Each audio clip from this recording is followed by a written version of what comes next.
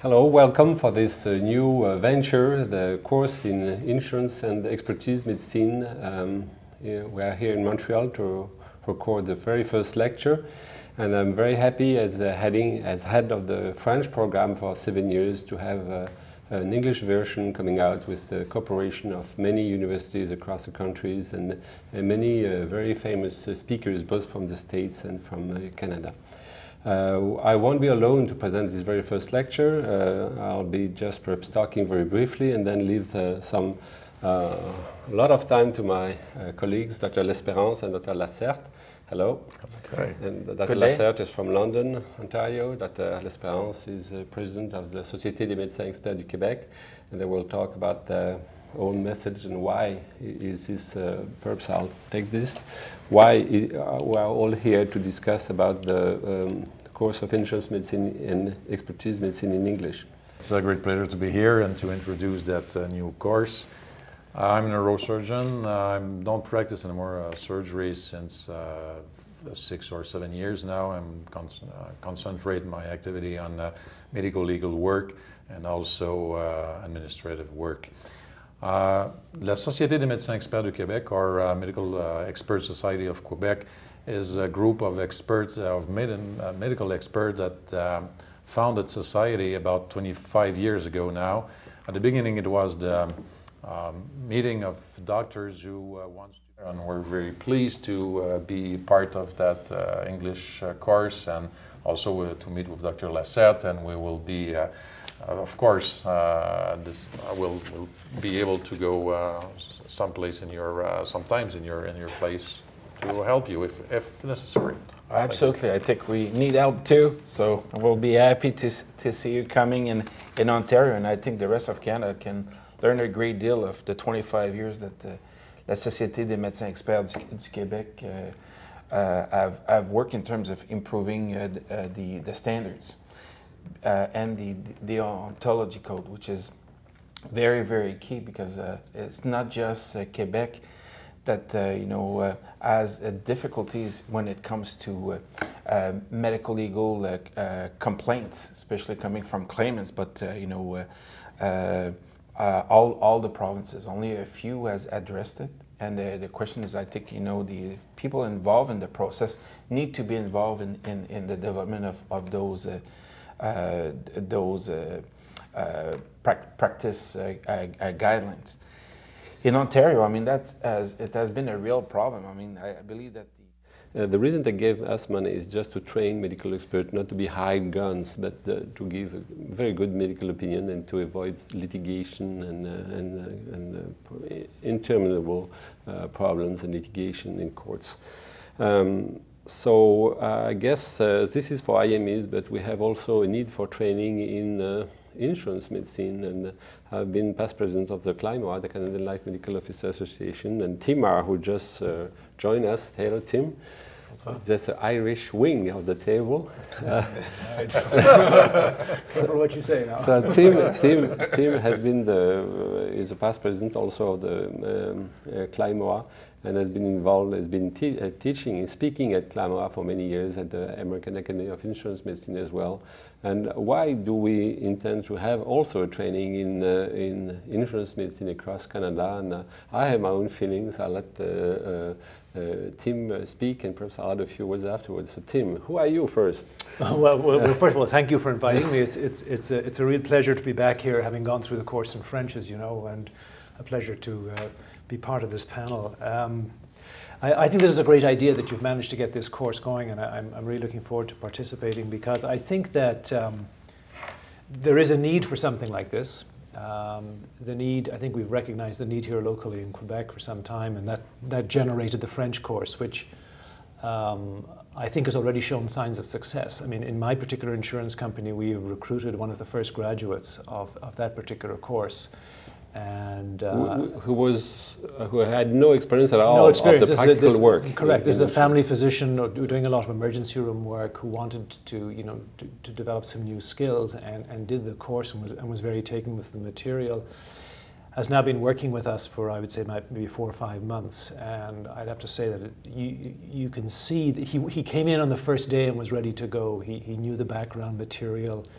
understood the concepts, and it was a real pleasure to see a real live product of the course and to see what a course like this can do to, you know, knowledge, content knowledge, and so on. So I think it's just been very encouraging to see the results of something like this, and just knowing the size of this country, we can amplify this result many times. So I think it's a really terrific idea. So I'd like to congratulate you for the energy that you've put into getting this going.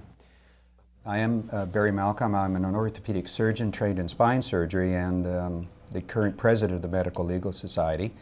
Just for some background information, the society was founded in 1950 and consists of, right now, about 400 doctors, lawyers, and a small group of other regulated health professionals who are basically engaged in educational and collegial pursuits to improve our understanding of medical and legal issues with a goal to improving our clients' or patients' outcomes in many of these issues. And we basically do this through... And we continue with some opinions regarding this English version, English curriculum in expertise medicine and insurance medicine. And now I would like to turn to Dr. Michael Ross, a psychiatrist from Toronto. Dr. Ross, you are president of the Canadian Society of Medical Evaluators. So, yes. As such, I would like to listen to what you might say.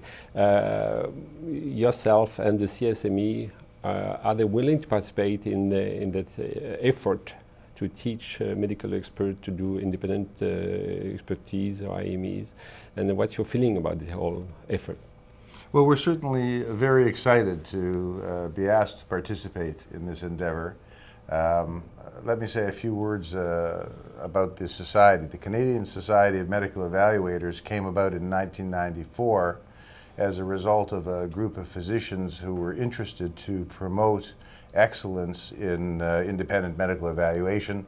They wanted to develop standards and clinical practice guidelines, promote research, communicate with other bodies outside of ourselves, regulatory bodies such as the College of Physicians.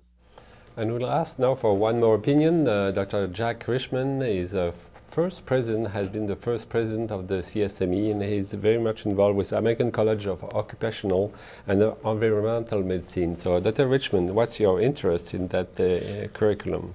Well, I have a great interest in the curriculum. I've always been interested in standards, and when I became the first Canadian to be elected to the Board of Directors for the American College of Occupational Environmental Medicine, I became chair of the Quality Assurance Committee. I was appointed by the Board of Directors to be on the Accreditation Association for Ambulatory Healthcare to accredit facilities meeting standards, which in the U.S. qualified for Medicare and Medicaid.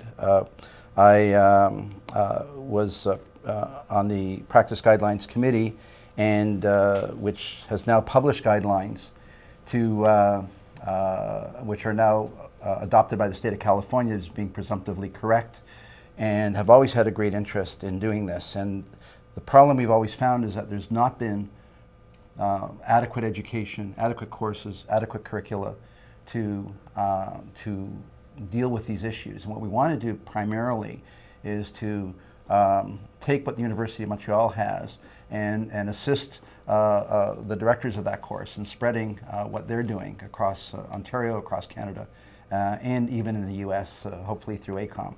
And hopefully this is going to be the beginning of a great start in setting standards in teaching education, and or at least teaching these standards. Thank you very much, Dr. Richman. And we have one more intervention, and unfortunately Dr. David Berbreyer could not be here this morning in Toronto, so he will be probably addressing you by notes and a written note at the end in the lecture notes of this first lecture. And Dr. Berbreyer, I guess, has things to say from the University of Toronto, which are very important. As I say, this is a collaboration between many universities across the country, and U of T is involved. And Dr. Berbreyer will say a few words for U of T. Thank you. What I would like to, finish with is that this course will provide very much the medico-legal reasoning, which you don't have in the all the books that are out there. And I think that is really key in terms of medical legal. It's not, I mean, format is useful, you know, evidence-based is useful, but, you know, how do you reason and how do you communicate, you know, is really the key element in the independent medical or medical legal expertise and insurance medicine field. And if you want to reach us, we have here in Montreal phone number, fax number, we have email of everybody who has been speaking today. And also we have a website, and the website is no bilingual. Is please, if you have any meetings, for example, or lectures coming in your area or in your city, please do mention it. So we'll add it to the website. If they have any other sites to link to our website, we'll be very pleased. And I went to the MLST site yesterday night, and I discovered a few sites I would like to add as links for our website. So please do mention if you have any website which should be linked to our website as a reference. But thank you again for your patience, and thank you, Michel. Thank you, My George. pleasure, Francois. Merci.